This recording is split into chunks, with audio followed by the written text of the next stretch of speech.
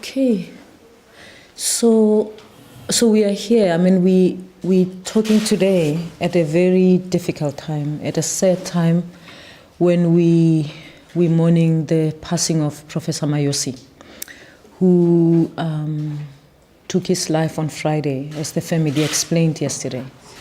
It's a very difficult time for us as a university, because Professor Mayo was not just a staff member at UCT. Professor Mayo was a leader in so many ways.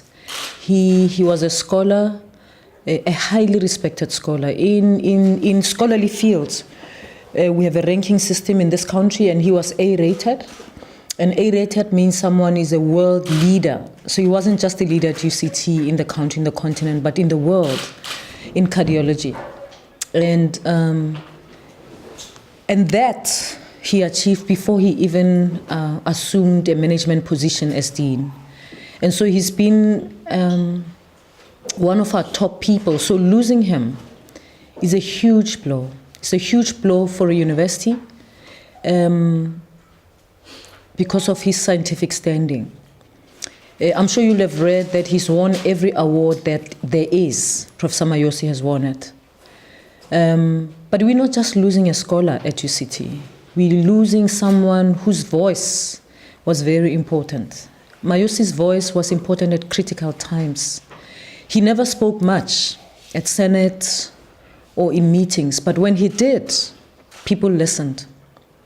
He cared about students, and during student protests, I can remember times when he spoke at a time when we discussing in 2016, 2017 about where to from here. He would speak once in a while and we would listen. And so he was an important voice at the level of management.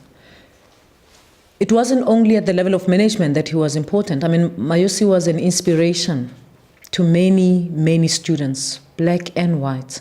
For black students, he represented perhaps what we call black excellence. He represented a message that says, you can do it. That says, it's not just only that you can do it, you can be the best in the world in what you do, in an area of study that sometimes people think black people are not supposed to be experts in science. He became a leader, and so he was that message walking around on campus, just having him around, even when he doesn't say anything. He said a lot, just by his presence. His presence said a lot. What people don't even know is that I wouldn't even have applied to be VC if Mayosi hadn't asked me. It is Mayosi who came to my office and sat with me. There were two other people who had nominated me. He didn't just write to me. He set up a meeting with me, he sat down with me, and he gave me reasons why I should consider. And it was because of him. I didn't give the name of the person who actually persuaded me. I just said a respected scholar and so on, and that's Mayosi. He sat me down and he told me why. And initially I was dismissing him, and I said, if you want to nominate me, why do you want to talk to me? Write to the people you're supposed to write to. Don't talk to me. And he said, no, I don't want to write to them until I speak with you, because I want you to understand why it is important that it is you who does this. And the power that he held, how much he cared for this university. I heard him. I'm not sure that I would have heard anyone in the way that I had Mayosi. It is only after he spoke to me that I agreed, and he didn't leave my office until I gave him the answer. And after giving him the answer, I then decided then I have to honor it, because I had given him my promise that I'll apply. But that's the person that we've lost. That's the leader that we've lost. That's the human being, the gentle, the humble, the caring colleague and friend that we have lost. I don't think Mayosi did this only with me. I have a feeling that he might have done this with many, many other people in the university when times are hard. He did this, he never did things just for himself, Mayosi. Mayosi looked beyond himself. And so it hurts us the most that we've lost someone like him who wouldn't even want the publicity that he's the one driving things, that he would be in the background and do things.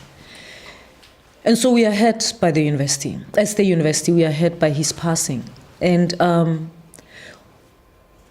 of course, what hurts us the most is how he's passed. And that he took his life. I wish he had stopped and asked us whether he should do it, because we would have given him all the reasons why he shouldn't do it. Just the same reasons, sort of in the way that he has convinced us to do things that are good for the institution and for the country and for the continent. We would give him reasons for why he shouldn't. So we are saddened by his passing.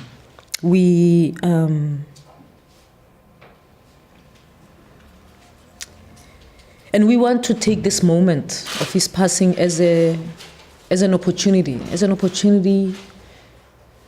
a university to reflect, because someone taking his life, when someone takes his life, it is not trivial. And of course the family has shared with us and the rest of the country that he struggled with depression.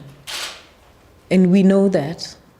We have experienced that whilst he was in our midst.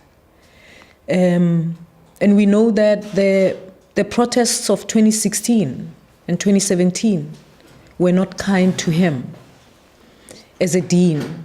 I'm sure many people would know that his office was occupied in 2016.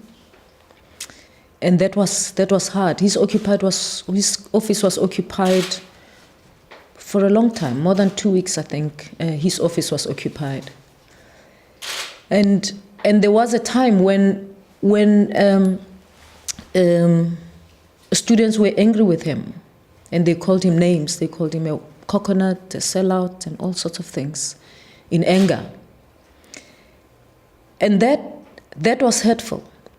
There was a time when he experienced, Mayosi, I think of all, he experienced, during the protest, he experienced pressure at some stages from staff, at some stages from students, black students, and staff on the other hand. So he had staff that he was leading in the faculty, and there were students who, so he had to manage all of that at that time. At that time, of course, the protests that we experienced and the situation that we are in as a university since 2015 hasn't been kind on many people.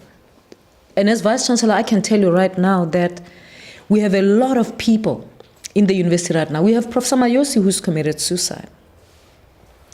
But we have some who are still in their jobs and they're hurting.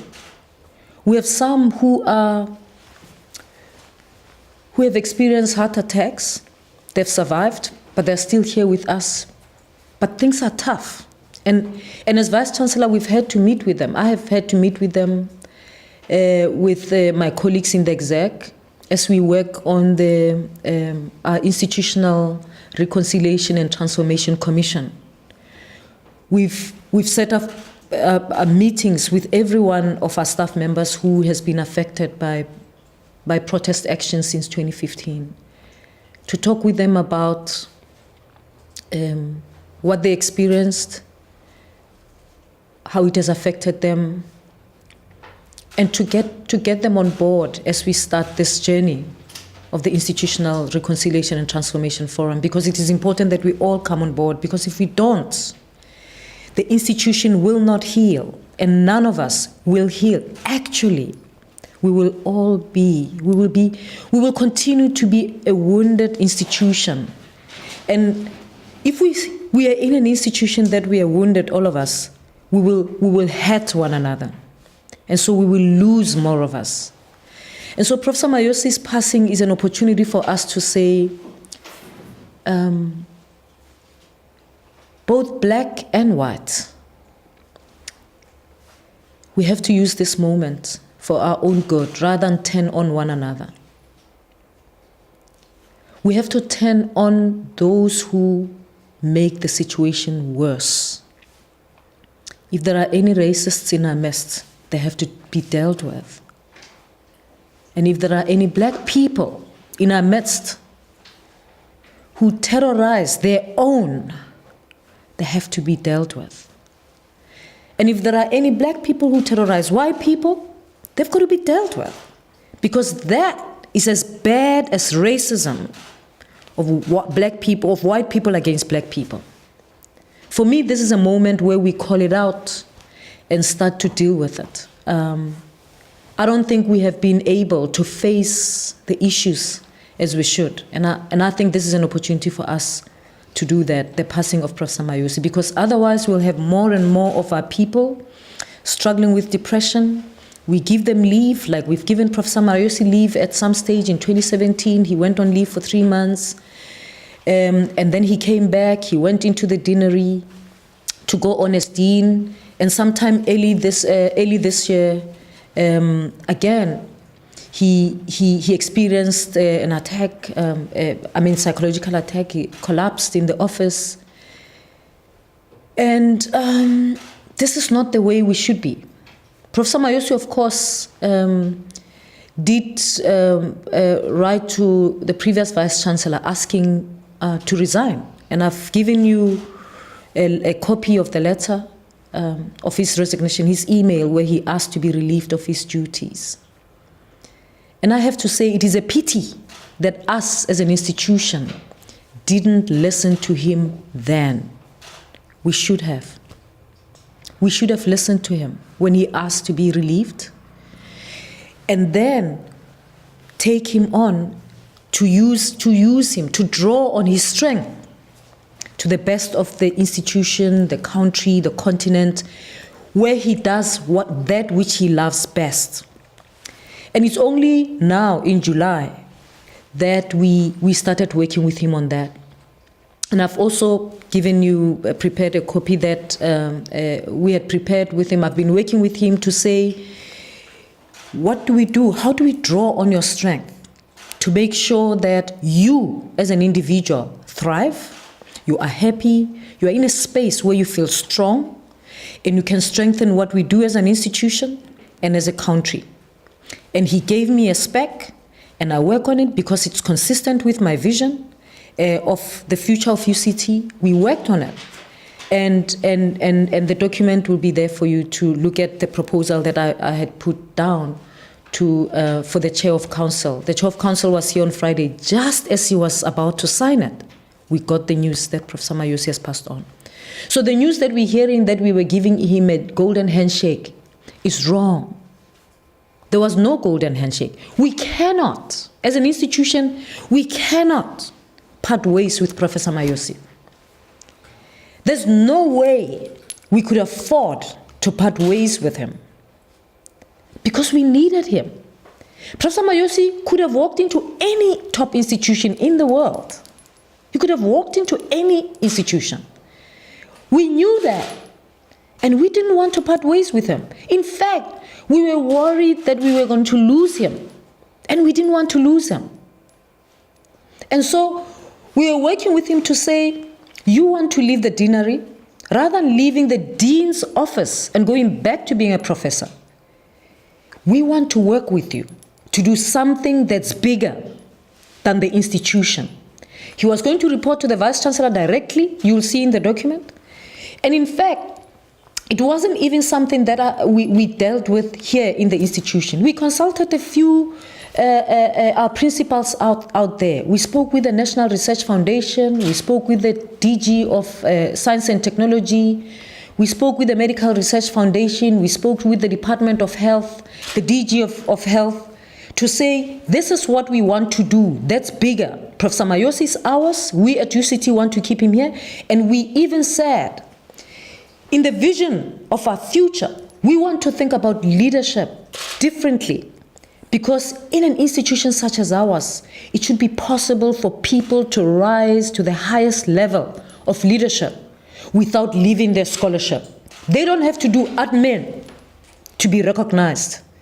And so we said there has to be people who rise in the level of scholarship to that level to an extent that they can earn above the Vice-Chancellor or above the DVCs and above the Vice-Chancellor. And Professor Mayosi was one of those.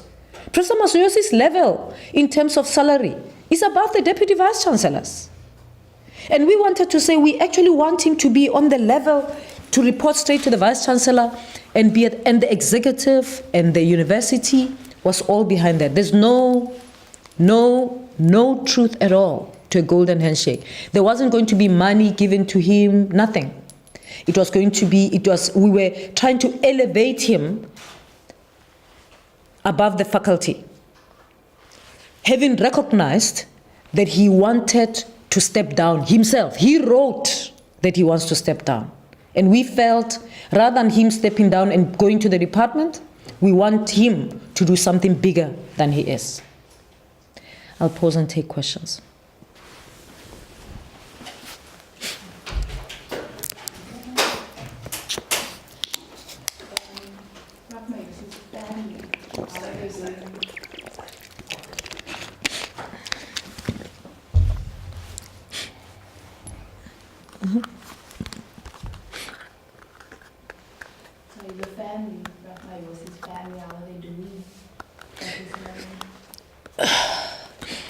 Obviously, it's a hurtful moment. It's a difficult moment.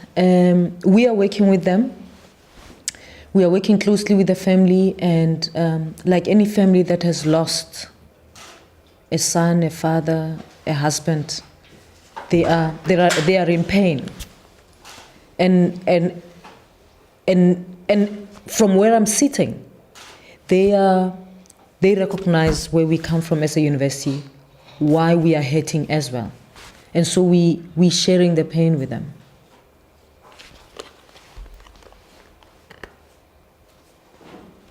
Prof, how much more can you tell us about the suicide itself? Was there a suicide, not maybe something like you said as to why he took his life? We don't know. We don't know about a suicide note. We haven't heard about a suicide note. We only know that he committed suicide, and maybe the family will speak at the right time. And can you be able to share more? Like, if suicide, did he drink something? Did he? I don't know. Is it no? He hanged himself. No. Do we know? No. We don't know. We don't know whether he hanged himself, whether he drank something, whether he. I think we should leave the detail of the suicide to the family. He didn't commit suicide at work. He committed suicide at home. So we got the news in the afternoon of Friday. Actually, he was supposed to be in the meeting that we were having on Friday afternoon. The meeting, I think, was starting at 4 or something, and we got the news like 4:15. But he's a member of the council executive, so he was going to be in the meeting because he's a member. I had spoken to him on Friday morning, and we were talking about a document that he was working on, and he said to me, I'll send it to you by 3 o'clock. And anyway, I'll see you later, because we had this meeting that was happening at 4 o'clock, which him and I are part of. And that was it. So we can only tell from our side what we know. We didn't know about the suicide until the family told us. And we understand that the family is mourning at the moment. Just imagine if this happened to you. What would you be doing 3 days later? I mean, let's just put ourselves in their situation. I mean, I want to give them a chance. I mean, I think if this happened to me 3 days later, I'm not sure if I'd be ready to talk about it if it happened to my husband. So I want us to give them time, and then we can ask them, did he drink something? Did he inject himself? Did he hang himself? And they will speak at the right time. They decided to tell us, the public, that he committed suicide.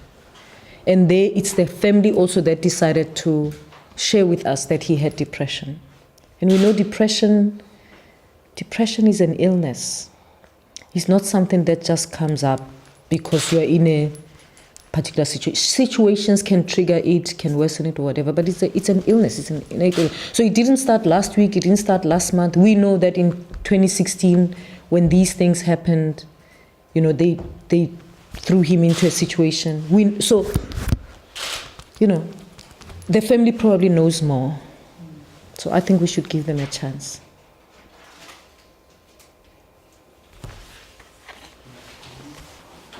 Yeah.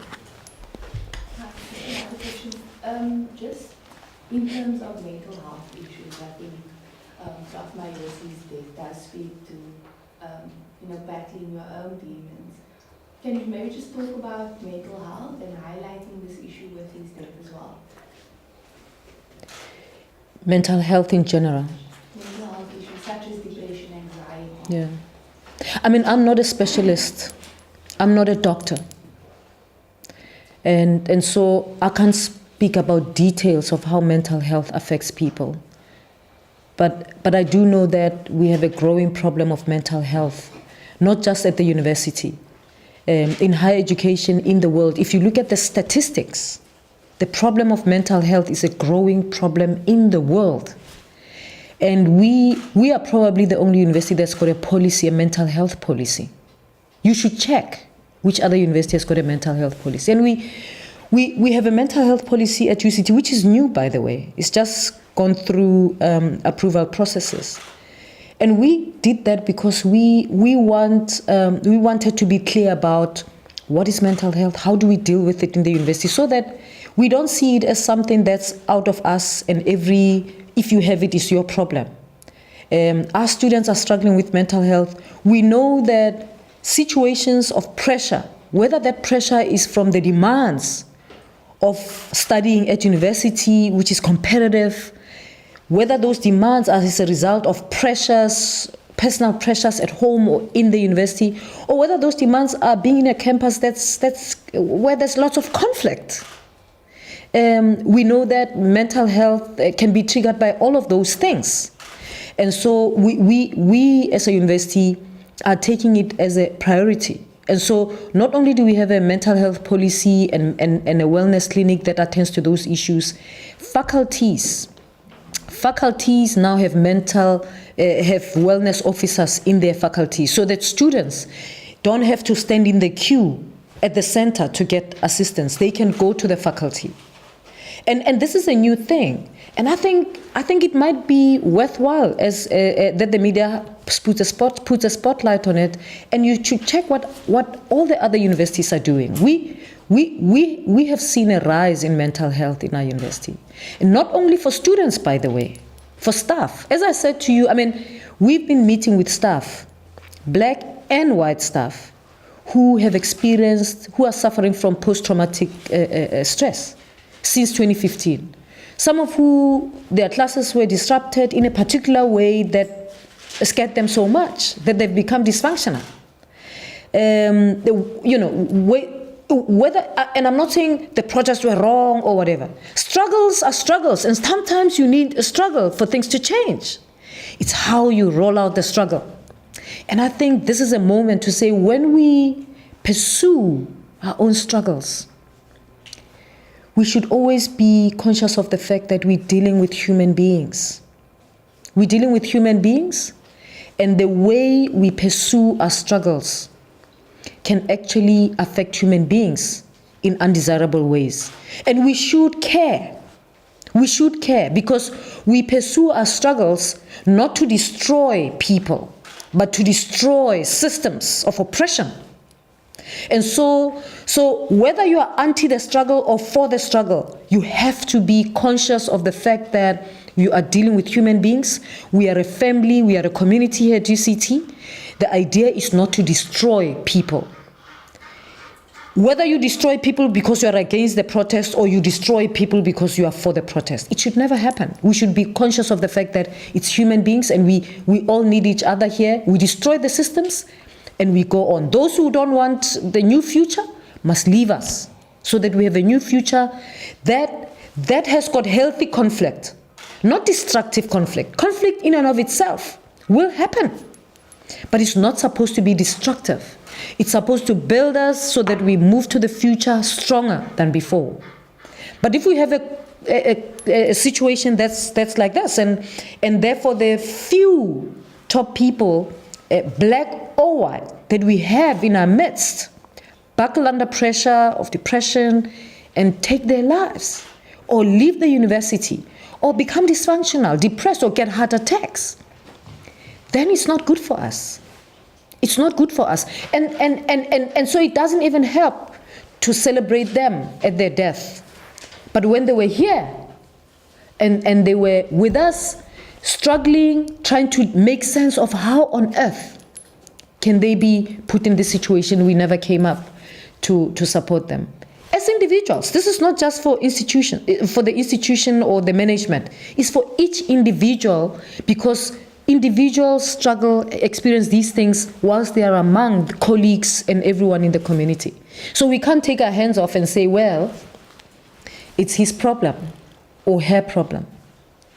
And that's why I'm hoping that this moment becomes a moment of opportunity for us to reflect and to commit ourselves to securing a future of UCT, a future UCT that has got that where conflict doesn't destroy people, where conflict happens in a context that understands that we are a family here, and after the conflict, there's life after the conflict, and so we will move on after the conflict. Not in this way of other people losing their lives. Are there any indications of maybe the university's going to do a memorial service going maybe this week or next week? Yeah, we are going to be doing a memorial service this week. We are meeting with the family today to discuss the details of the memorial service. The faculty is also having other events. The students in the faculty have a night vigil, I think, on Monday. But they have a series of events that will happen in the faculty, and we'll have a institutional memorial service, the detail of which we will agree with the family today, and we will publicize them.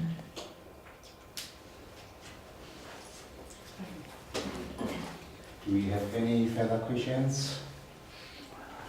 Okay, thank you so much. Just to point out that Professor Phakeng made reference to 2 documents that I'm going to make available to members of the media after this media conference, and also to point out that the family has got prayer services every evening between 6:30 and 7:30. Anyone is welcome to join them for this. And the funeral has been confirmed for next week, Saturday, the 4th of August. It has been confirmed as a date for the funeral. Yeah. Saturday. The next Saturday, yeah. Okay. And the rest of the details we will communicate as and when they become finalized and confirmed, either from the UCT side or whether from the family side. And the memorial services and other related details, we will confirm as they get finalized. Thank you so much.